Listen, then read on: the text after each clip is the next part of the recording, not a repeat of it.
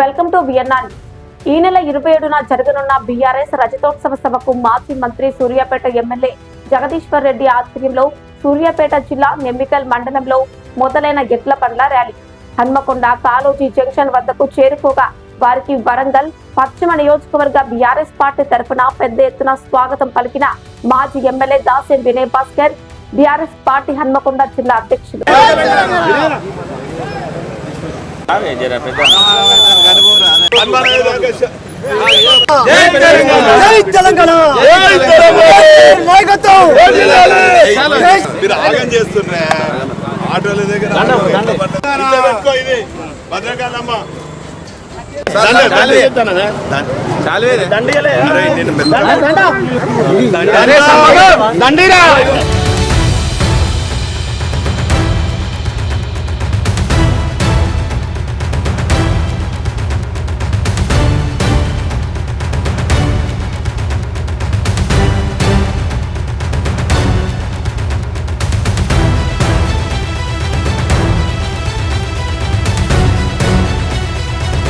BRS party KCR గారు తలపెట్టినటువంటి రజతోత్సవం ఘనంగా వైభవంగా మా అంచనాలకు మించి లక్షలాది మందిగా గత 10 రోజుల నుంచి అనేక ప్రాంతాల నుంచి అనేక వాహనాల ద్వారా మరి బయలుదేరడం జరిగింది.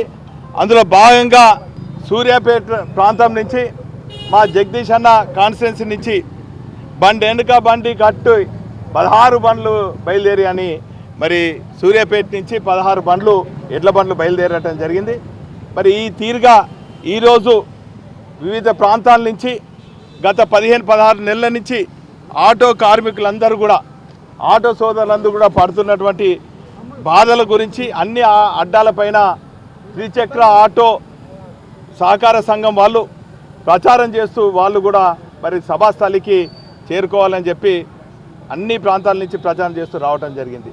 మా యువకులు సైకిళ్ళ మీద ఈ తీరుగా బీఆర్ఎస్ పార్టీ రజతోత్సవ ఉత్సవం ఒక జాతరను తలపించే విధంగా అందరికి కూడా తెలుసు.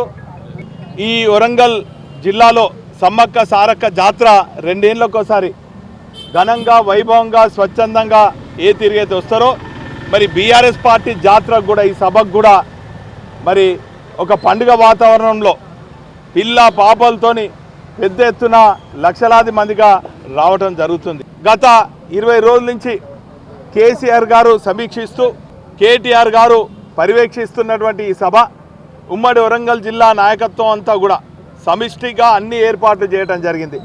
స్థానిక మాజీ శాసనసభ్యులు సతీష్ గారి నేతృత్వంలో మరి అక్కడ ఉన్నటువంటి బీఆర్ఎస్ పార్టీ ప్రజాప్రతినిధులు అనుకోండి, రైతులు అనుకోండి, 1268 ఎకరాలలో స్వచ్ఛందంగా రైతులందరూ కూడా సభాస్థలికి ఇచ్చి అన్ని ఏర్పాట్లు కూడా చేయడం జరిగింది.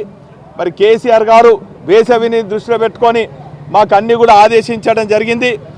లక్షలాది మందికి వస్తున్నటువంటి వారికి చల్లటి నీళ్లు, చల్లటి మజ్జిగ ఇవ్వాలని చెప్పి అన్నీ కూడా ఏర్పాటు చేయడం జరిగింది.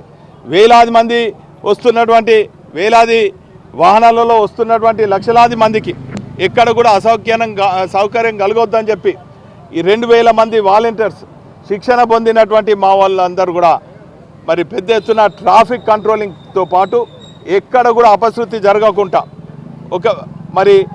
ఒకవేళ ఏదైనా వాహనాలు ఆగినా కూడా మరి జేసీబీలతోని క్రేన్స్తోని కూడా మరి ఆ వాహనాలను పక్క జరిపే విధంగా కూడా ఏర్పాటు చేయడం జరిగింది.